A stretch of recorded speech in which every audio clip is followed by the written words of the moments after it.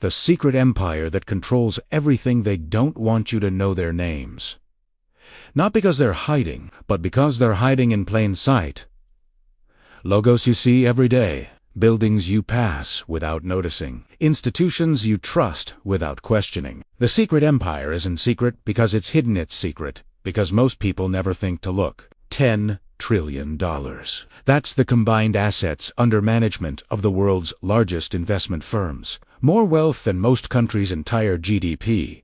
More power than most governments. More influence than any elected official. Nobody saw it coming.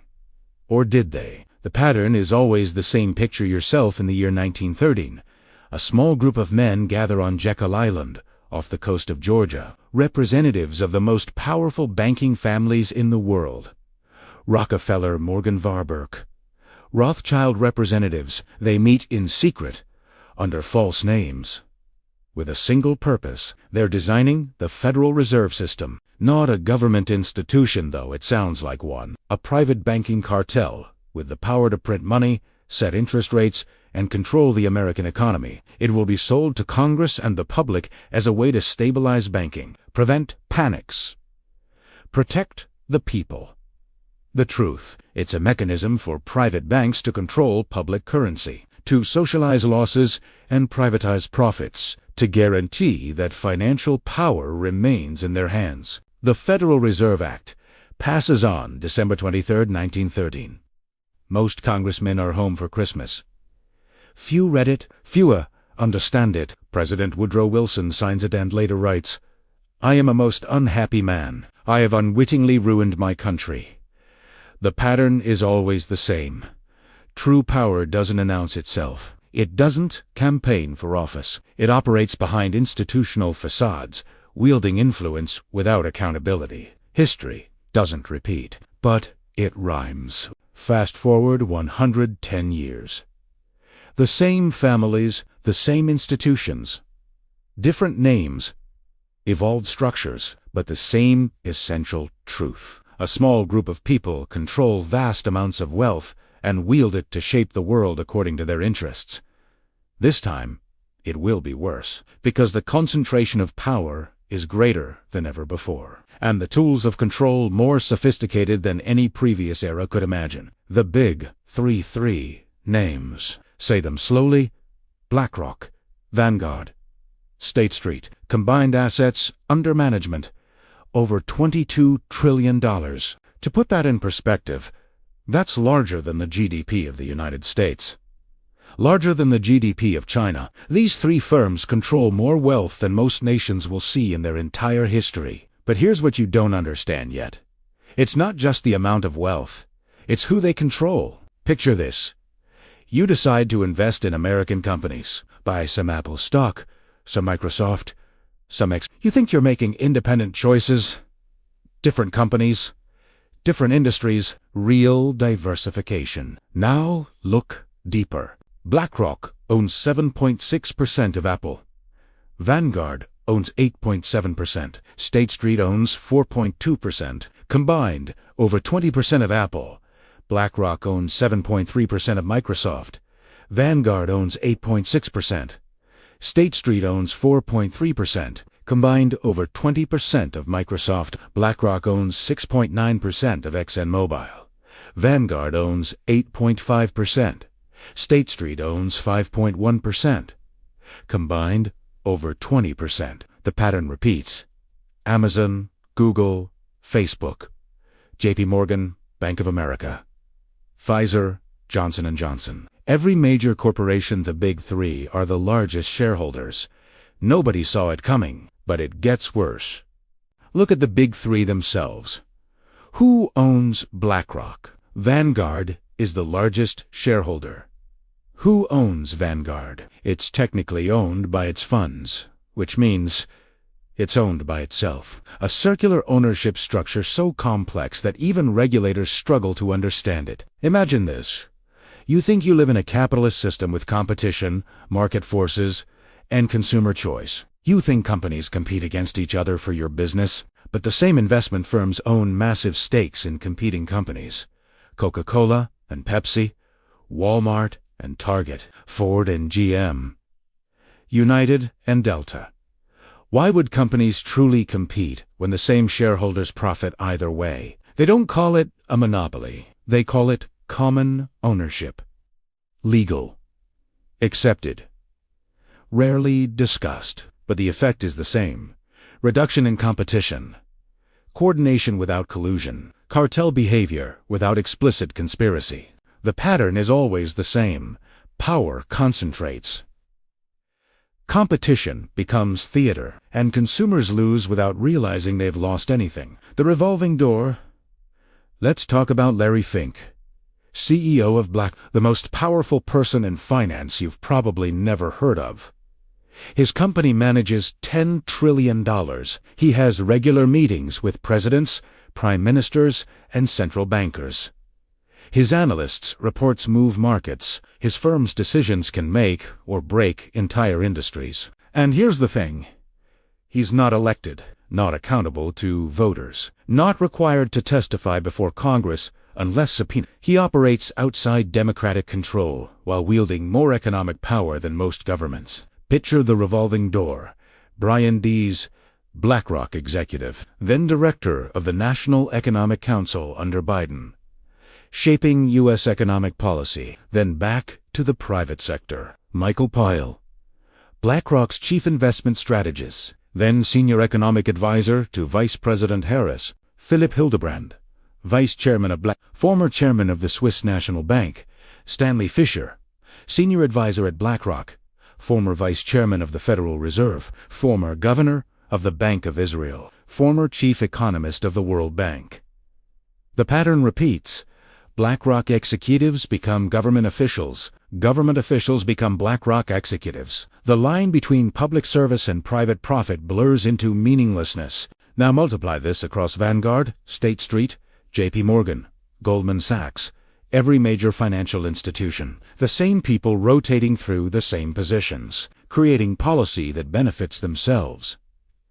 Legal, accepted. Normalized corruption. Nobody saw it coming, because it happened gradually. Each appointment seemed reasonable.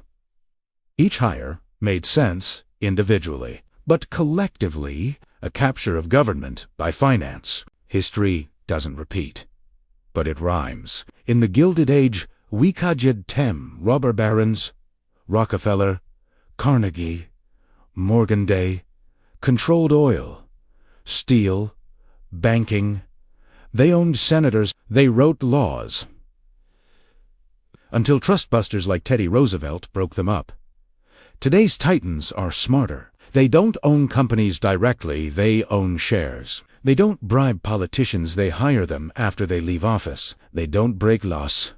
They write them through their former employees now in government. This time, it will be worse, because the control is more sophisticated, more diffuse, harder to see, impossible to break up without destroying the entire financial system. The ESG Trojan horse. Let's talk about the new religion.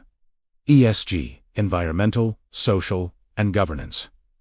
Sounds good, right? Who could oppose environmental protection? Social responsibility. Good governance. Picture this.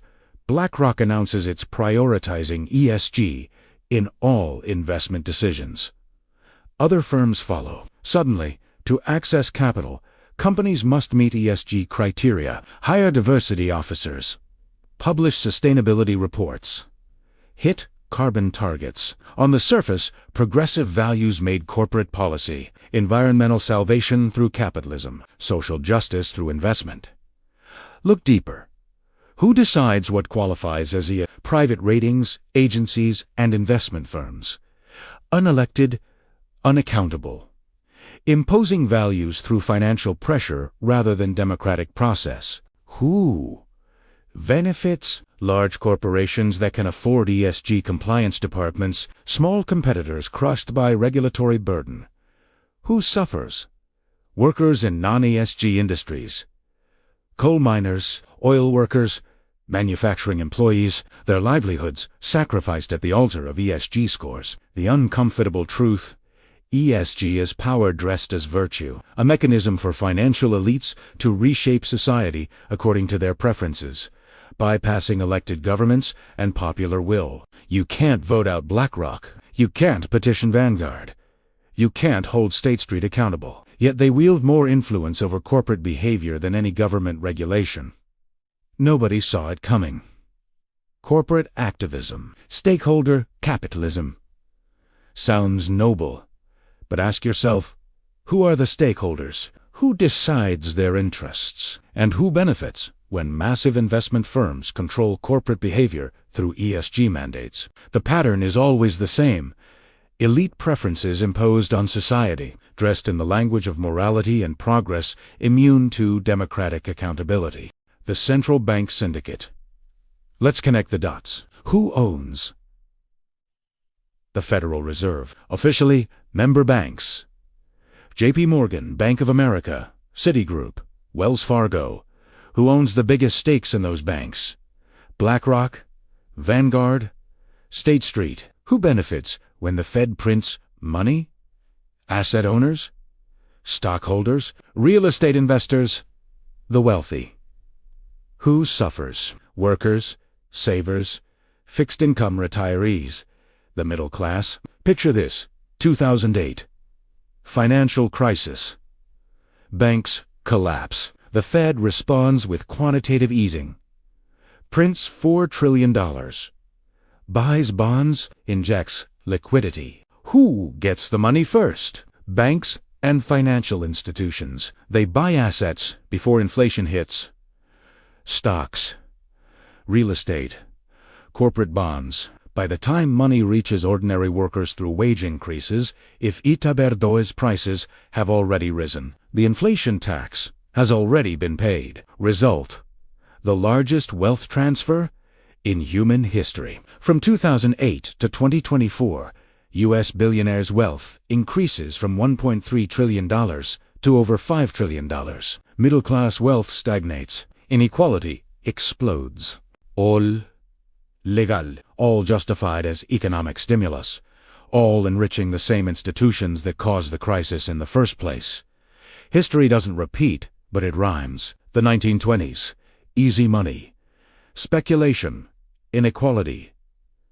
Then crash, then the Great Depression, then war. The 2020s, easy money, speculation, inequality, then what? The pattern is always the same, and we know how it ends. This time, it will be worse, because the debts are larger, the money printing more extreme, the inequality more severe, and the institutions more powerful, the corporate web. Let's play a game. Pick any industry. Let's say media, Disney. Top shareholders: Vanguard, BlackRock, State Street, Comcast, NBC, MSNBC, CNBC. Top shareholders: Vanguard, BlackRock, State Street, AT&T. Top shareholders: Vanguard, BlackRock, State Street, Fox Corporation. Top shareholders: Vanguard, Imagine this. You think you're getting different perspectives? CNN versus Fox, MSNBC versus NBC. Different channels, different viewpoints, real diversity of opinion. But the same investment firms own them all, not controlling editorial decisions directly. They don't need to. Just owning massive shares ensures that certain topics like the concentration of financial power never get serious coverage. When was the last time you saw a primetime news expose on BlackRock? A 60 Minutes investigation into Vanguard? A CNN special on the concentration of wealth in index funds? Never. Because to bite the hand that feeds you is career suicide. Let's try another industry. Healthcare. Pfizer. Top shareholders: Vanguard, BlackRock, State Street. Johnson & Johnson. Top shareholders: Vanguard, BlackRock, State Street. Merck. Top shareholders: Vanguard, BlackRock, State Street. CVS. Top shareholders: Vanguard, BlackRock, State Street. Picture the implications. The same investment firms own pharmaceutical companies and pharmacy chains. drug manufacturers and health insurers, hospitals and medical device makers. Why would drug prices fall when the same shareholders profit from high prices? Why would insurance costs decrease when the same owners benefit from expensive health care? Nobody saw it coming. We thought capitalism meant competition, but common ownership turns competition into coordination, market forces into market theater. The pattern is always the same. Concentrate ownership, reduce competition, extract maximum profit.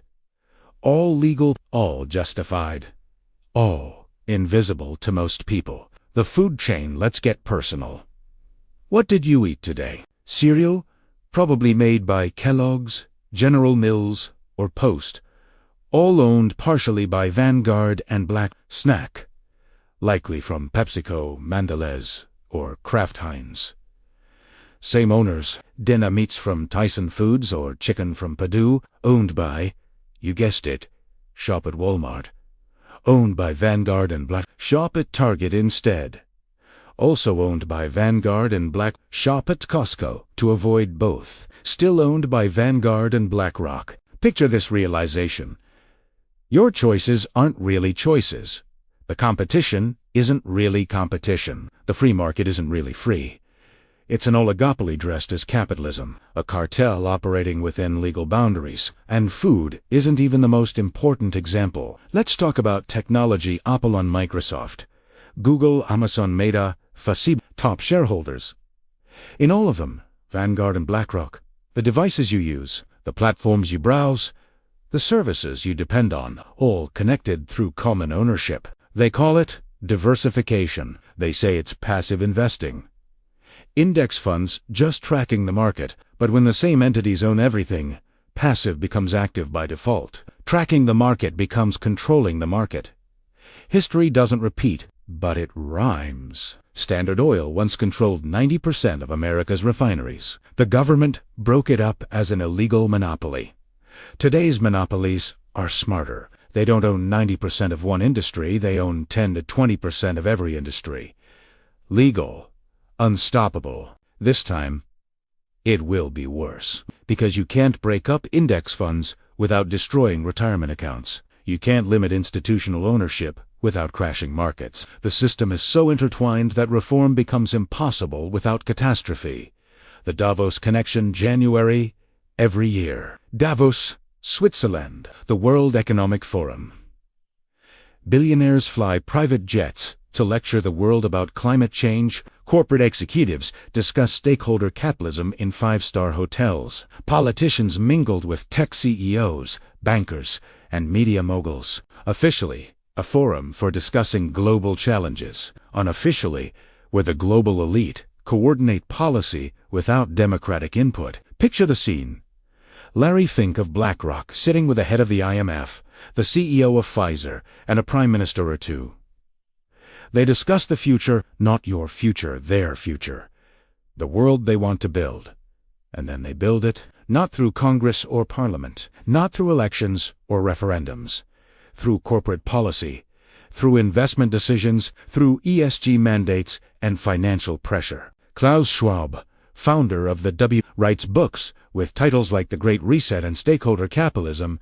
He openly discusses remaking global systems, redesigning capitalism, building a more inclusive world. Sounds nice. Until you realize, by what authority? Elected by whom?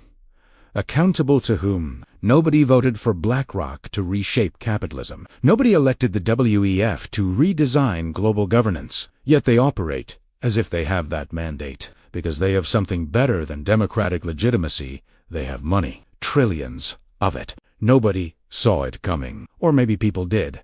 And were labeled conspiracy theorists. Because that's the pattern. First, the truth is conspiracy. Then it's admitted but defended as necessary.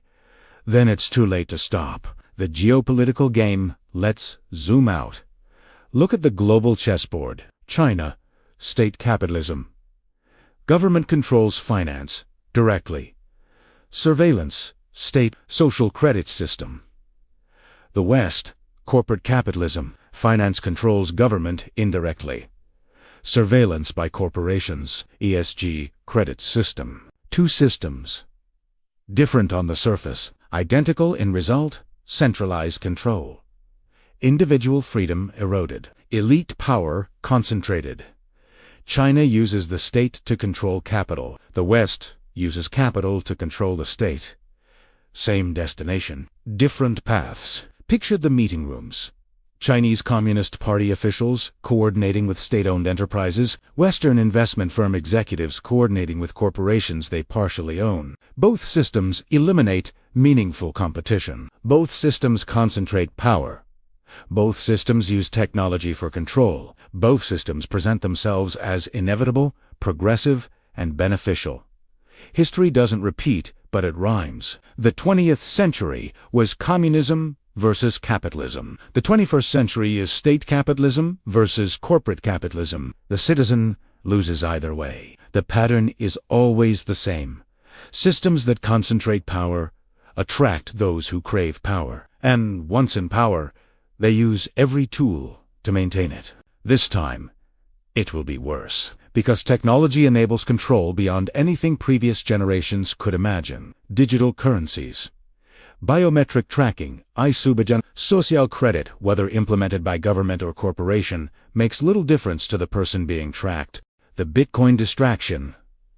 Let's talk about the supposed alternative. Cryptocurrency. Bitcoin. Ethereum. Thousands of promised as freedom from central banks, decentralization, financial sovereignty, power to the people. Picture the reality. Who holds the most Bitcoin? Exchanges, investment funds, corporate treasuries. Who runs the largest exchanges? Coinbase with BlackRock and Vanguard as major shareholders. Who's buying Bitcoin ETFs? The same institutional investors who own everything else. Who benefits from Bitcoin price volatility? Professional traders with resources to handle risk. Who suffers? Retail investors liquidated during crashes. The ultimate irony, Bitcoin, designed to escape centralized control, becomes another asset for centralized institutions to control. Nobody saw it coming. Or maybe Satoshi Nakamoto did, which is why he disappeared. Because he understood, you can design a decentralized system, but you can't prevent centralized entities from dominating it if they have enough resources. The pattern is always the same. Every revolution gets co-opted. Every alternative gets absorbed. Every challenge to the system becomes part of the system. The digital prison. Let's fast forward 5 years. Picture 2030. Central bank digital currencies operational. The Fed's digital dollar. The ECB's digital euro. The PBOC's digital yuan. All cash eliminated. Every transaction tracked. Your governor. The corporations that control your government now know where you shop, what you buy, who you pay, who pays you, your political donations, your subscriptions, your habits, your friends, your network, everything, and they can control it. Don't like your social media posts. Deactivate your wallet. Donated to the wrong political candidate. Flagged for a suspicious activity. Bought too much gasoline. Carbon credits deducted automatically. Exceeded your ESG score limits. Transactions declined.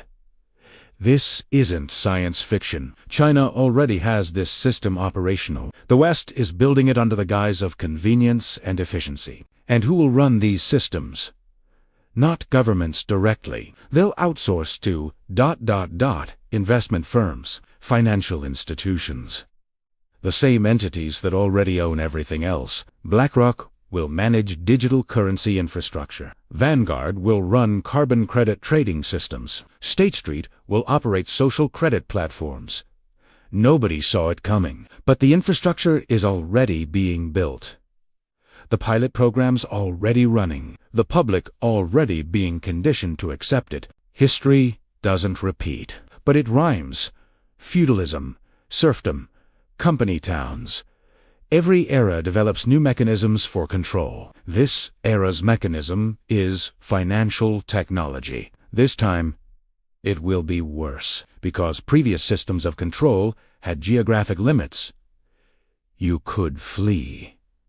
escape, restart elsewhere. In a digital system with global reach, there is nowhere to run. The inheritance. Let's talk about dynastic wealth. Because all of this, the trillions controlled by investment firms, ultimately belongs to someone. The Rockefeller Foundation. Assets, over $5 billion. Founded in 1913. Still influencing policy today. The Ford Foundation. Assets, over $16 billion. Funding NGOs worldwide. Shaping discourse. Setting agendas. The Bill and Melinda Gates Foundation. Assets, over $65 billion.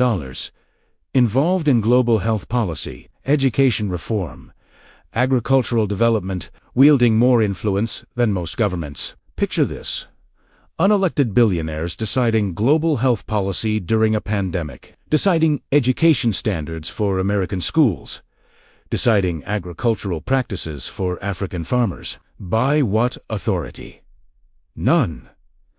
Except money, which apparently is authority enough. And when these billionaires die, their wealth doesn't dissipate. It flows into foundations, into trusts, into investment funds. Perpetual, growing, compounding. Forever. The pattern is always the same. Wealth concentrates. Power dynasties form. Democracy becomes oligarchy with extra steps. Nobody saw it coming because we thought death would redistribute wealth. But modern finance has conquered death. Trusts live forever.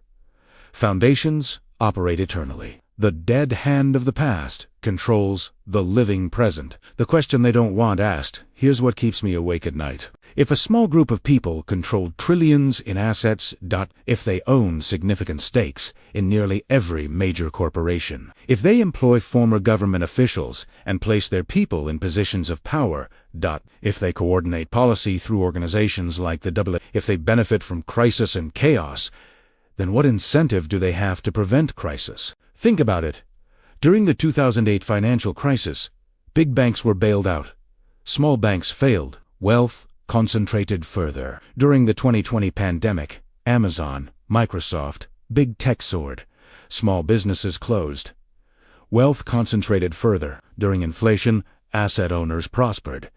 Workers' wages stagnated. Wealth concentrated further. Every crisis deliberately caused or note results in greater concentration of power. So ask yourself, are these crises accidents? Or are they features of a system designed to transfer wealth upward? Nobody wants to ask this question, because to ask it is to confront an uncomfortable possibility that the system isn't broken. It's working exactly as designed. For them, not you. History doesn't repeat, but it rhymes. Every empire eventually develops a ruling class that extracts wealth from everyone else. Every system eventually becomes about protecting those at the top at the expense of those at the bottom. This time, it will be worse, because the tools of extraction are more sophisticated. The mechanisms of control more advanced. The concentration of power more complete. The invisible cage, you don't see the bars. That's what makes it perfect. You think you're free. You can choose Coke or Pepsi, Amazon or Walmart, Democrat or Republican, red or blue, left or right, but the same investment firms fund both campaigns, own both companies, profit either way. You think you're informed? You watch news, read articles, scroll social media, but the platforms are owned. The media is owned. The information is filtered. Not through explicit censorship, though, that exists too, but through ownership. Through algorithms, through the subtle shaping of discourse to avoid certain topics, like the concentration of financial power. You think you're building wealth, saving in a 401k, investing in index funds, planning for retirement, but you're feeding the very system that's extracting wealth from you through inflation, stagnant wages, and rising costs. Picture this. You work your entire life, save diligently, invest wisely. Retire with $1 million. Sounds like success, but inflation has eroded its value. Healthcare costs, consume it. The system you fed through your investments has ensured you remain dependent. Meanwhile, the real wealth held by institutions, foundations, and dynasties grows perpetually, compounding, unstoppable. Nobody saw it coming. The invisible cage built one bar at a time over decades. Each bar seemed reasonable, each restriction justified, each transfer of power to unelected institutions presented as progress, until the cage was complete, and by then, resistance became impossible without destroying everything. The final truth: the secret empire isn't run by a shadowy cabal, meeting in smoke-filled rooms. That's the conspiracy theory. The comforting lie that there's someone to blame, someone to stop. The truth is more disturbing. It's systemic, structural, emergent, no grand conspiracy needed. When incentives align, when everyone at the top benefits from the same system, when wealth naturally concentrates without anyone explicitly planning it. BlackRock didn't plot to control everything. They just managed assets efficiently. Vanguard didn't scheme to dominate markets. They just offered low-cost index funds. The system created them. They optimized within it, and optimization led to concentration. The pattern is always the same. Complex systems develop emergent properties. No one designs them. No one controls them. They control everyone, including those at the top. History doesn't repeat, but it rhymes. Every civilization develops a ruling class. Every ruling class insulates itself. Every insulated elite becomes disconnected from reality. Every disconnected elite eventually collapses the system that empowers them. Rome fell, not because barbarians were strong, but because the empire was hollowed out from within. The wealthy avoided taxes. The military became mercenary. The currency, the system collapsed. This time, it will be worse, because the scale is global. The connections are intricate. The dependencies are total. When this system fails, and every system eventually fails, there's no backup, no reserve, no plan B, the uncomfortable ending. So what do you do with this information? You can't divest from index funds without abandoning retirement. You can't avoid companies owned by BlackRock without avoiding modern life. You can't escape a system that owns everything. You can be aware. You can ask uncomfortable questions. You can refuse to pretend this is normal. This is how it should be. This is sustainable. Because it's not sustainable. Infinite concentration is impossible. Eventually, something breaks. Eventually, the inequality becomes unbearable. Eventually, the people revolt or the system collapses under its own weight. The question isn't whether this system ends. The question is how it ends, and who survives when it does. Nobody saw it coming, except those who studied history, those who understood that power always concentrates, wealth always accumulates. Systems always fail, and the pattern is always the same. Are you ready for what comes next?